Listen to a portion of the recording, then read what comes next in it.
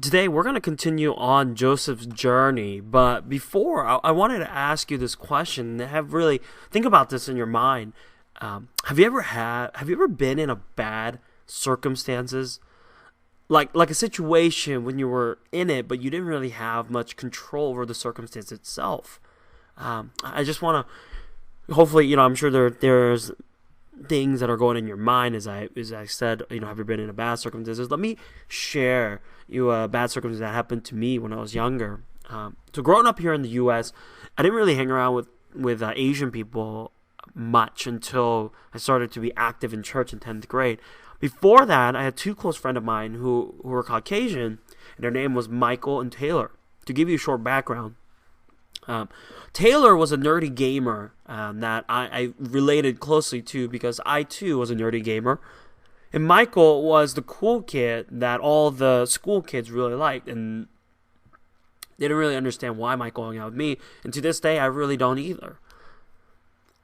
So anyways, we were hanging out at my place, and we were alone since my parents were at work, so we were just playing game. Taylor and I were playing game, and then on the back, the way our apartment was positioned, there's a big window that is stationed out into the to the outside road, and there's a pretty big window that you can observe people with. And facing the other side of the wall is where the TV is. So Taylor and I were playing video game, and then we could just hear Michael kind of snickering, and we were like, "Hey man, what's up?" And he's like, "Nothing." So we were just playing and playing, and then this time, you can't. He is snickering into laughter now, and as a good friend, I'm going, "Okay, what's going on? What's so funny? You got to tell me what's going on." And he goes, all right, Andy, you're gonna get mad. And this is what Michael's saying, Andy, you're gonna get mad a little bit, but this is so funny. I'm mooning a lady who's waiting for the bus over there, and I'm going, what? Why? And the thing is, I didn't think that was very funny. First of all, I didn't really know what mooning was, so they had to explain to me, because at this time, English wasn't the greatest thing to me. I just didn't understand the nuance of these words. And when they explained to me, I went, oh, why are you doing that? Why are you so dumb? But I thought that way. Taylor did not. He thought it was hilarious. So I was like, Mike, you got to stop that. You can't do that. I don't want to get in trouble, dude. Like, let's end it there. And then I had to go use the restroom, so I went to the restroom. And, I'm just doing my business. But I could hear both Taylor and Michael both laughing out loud. And I'm going, oh no. I wrap up my business, come out, and the thing that I see is Michael and Taylor are mooning this lady, and I'm not trying to get my face shown. I'm just trying to peek, and this lady is appalled, mad, angry. I mean, this face, I will never forget what this face looks like. She was pretty angry about it, and I was like, I close the blind. I'm like, hey, man, you can't do that, dude. You cannot do this. I'm going to get in trouble. And then, he's like, relax. Don't worry about it. Like, nothing's going to happen. Well, the next thing we know, we're still kind of observing. They put their pants back up, and when they're kind of observing, and we're observing what she's doing, and, she brings out her phone, and she starts calling. And we're going, oh, I bet she's calling her husband or something, and telling, like, I just got moved by kids. Like, a few minutes later, I hear the police siren, and the police is going to the lady exactly where she is, parks his car, and we can see the police officers talking to that lady. And I'm going, oh no. No, this can't be happening. This cannot be happening. What's going on? And then the next thing we know, the police officer is walking towards my apartment. And I am freaking out at this point. Now, I don't know exactly what my immigration status was, but I don't know if we were exactly legal. So things are going in my mind. How am I going to explain this to my parents? How am I going to, what happens if we get deported by something so dumb as this? I mean, these are the wild thoughts going in my mind. So we decided to just turn off all the lights, pretend like we're not home. So we just stay quiet. You could hear the step, tuk, tuk, tuk, tuk, tuk. And then you could hear the... And at this point, we're just trying to be quiet. We're just, shh, no, don't talk. Do not talk. Until I know you're in there. And at that point, I'm already freaking out. So I open the door and I go in the most polite way possible and say, "Yes, officer, how can I help you?" And the officer is like, "Look, what is there?" The first thing he asks is, "Is your parents home?" And I said, "Oh, no, my parents are at work." Is there anybody else home? I was like, "Oh yeah, just 2 of my friends were here with me." And he said, "Look, I'm gonna cut to the chase here. I don't have time to waste. Okay, what have you guys been doing?" And I remember just tearing up and just started to apologize, and started to kind of point at Michael and Taylor, like, these knuckleheads, they're like doing it. They're I don't even know what they were doing, officer. I was honestly just playing video games and they were doing something. Oh man, I don't know. And the officer looks at Michael and Taylor and myself, and he says something like, "Hey, first of all, you shouldn't be mooning people. You understand that, right?" And I'm going, "Yes, sir. That's wrong. That's wrong."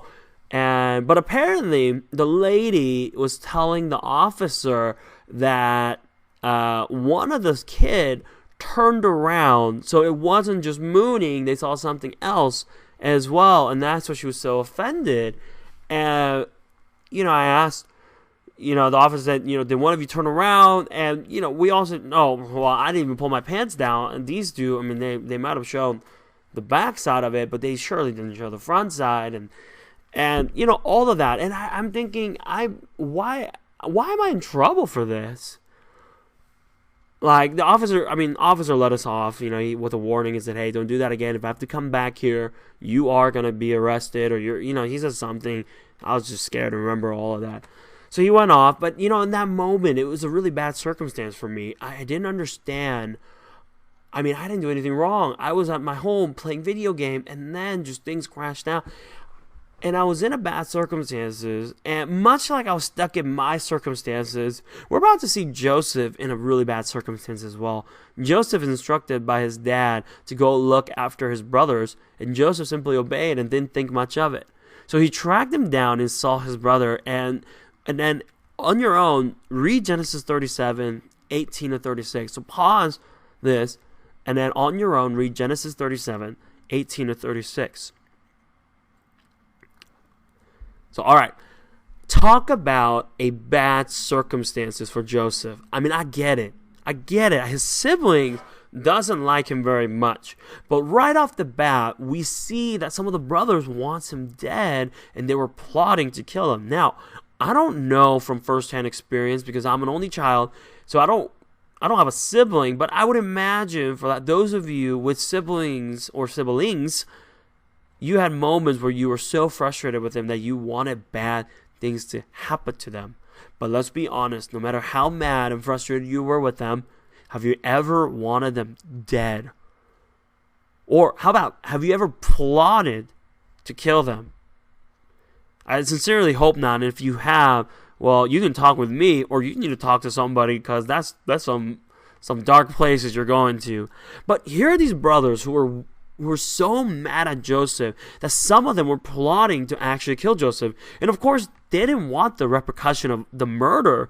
So their idea was to kill him, put him in a big jar where it would normally hold water, and tell their dad that he was attacked by a predatory animal, which is something that is actually plausible back in the day.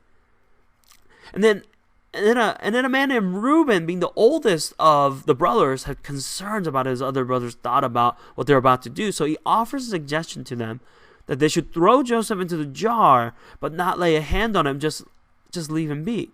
And later on, we see that Reuben's intention was to get Joseph safely out and return him back home. But they didn't know that. The other brothers didn't know that. And the brothers, they agreed. They didn't want blood on their hands. So Joseph shows up, and then they strip him of his robe and put him in the jar. I mean, at this point, if you're looking at it from Joseph's point, things are not looking pretty. I'm pretty sure he said something like, "Hey guys, okay, I get it. You guys are mad at me. Okay, you can let me out now." Or maybe he even threatened to tell his dad, "No, what Scripture says." But these brothers, so they trapped Joseph. And you know what's crazy to me? What I think is like sociopathic about this is that these brothers, you know what they did after they trapped Joseph? Intention of letting him rot and die? They ate lunch. They ate as if nothing happened. And just when you thought it wasn't going to get worse for Joseph, it does. The brothers start to think about it more. I mean, killing their brother isn't going to get them any gain. So they see a caravan of merchant, and what do they decide to do? They decide to sell him for 20 shekels of silver, which is about $200 in the modern USA currency. But apparently this was all happening while Reuben wasn't around, because Reuben comes back to the jar and notices that Joseph is no longer there, and he doesn't want to be the tattletale. So he goes along with his brother's scheme and delivers the bad news to Jacob, and Jacob is devastated. So our boy Joseph went from favored by daddy to being sold as a slave in a matter of short time, and I would call that a real bad circumstances. What is interesting for me, though, is that Joseph is silent throughout. I mean, I mentioned about what he could have said, and we could make a guess that he said that. But according strictly to Scripture, Joseph is silent throughout.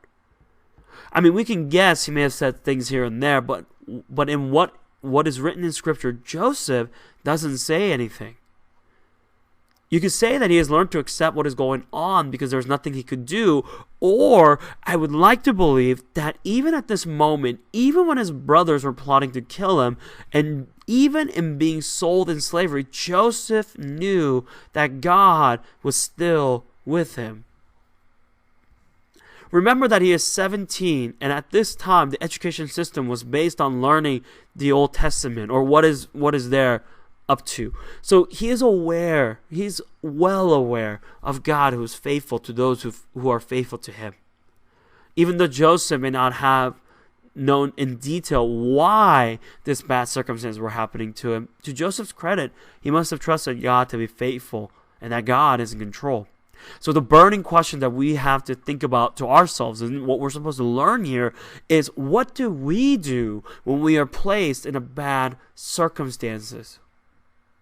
What do we do when we are placed in a bad circumstances? What do we do when we are placed in circumstances that we have no control over, and everything seems to be turning out the worst way possible imagined? The reality of this life is that bad circumstances are going to happen. Things are not always going to go your way, even if you're really careful and plan out everything. There will be curveballs that are thrown your way that will alter your circumstance from good to bad. That is not an opinion, but a fact. But what is also a fact is that God is still in control, and the will of God will be carried out. Because think about it, do you really think Joseph wanted to be hated by his brother, have those dreams, get trapped in a jar by his brother, and be sold to slavery?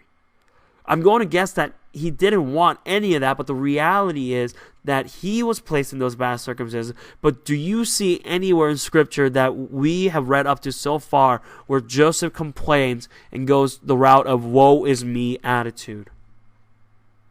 No, you don't, because Joseph understood this one principle, which is something we need to constantly remind ourselves. And the principle is that God is fully in control. God is fully in control. God is in control regardless of your good circumstances and bad circumstances. God is in control when we are not in control. There's a hurricane that has happened in the east side of our country, and despite the craziness and destruction that this Hurricane Matthew caused, God is fully in control. Bad circumstances doesn't only extend to special people, but to average people like you and I. But just because we are average, that doesn't mean we have to answer in an average way.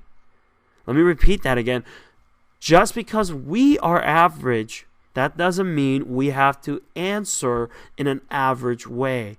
If you and I can fully trust that God is in control, despite the bad circumstances that will come in our lives, we can stand while everyone bows. We can speak when everyone is silent, and you'll get to experience firsthand the goodness and the grace of God that people around you talk about, that Scripture mentions.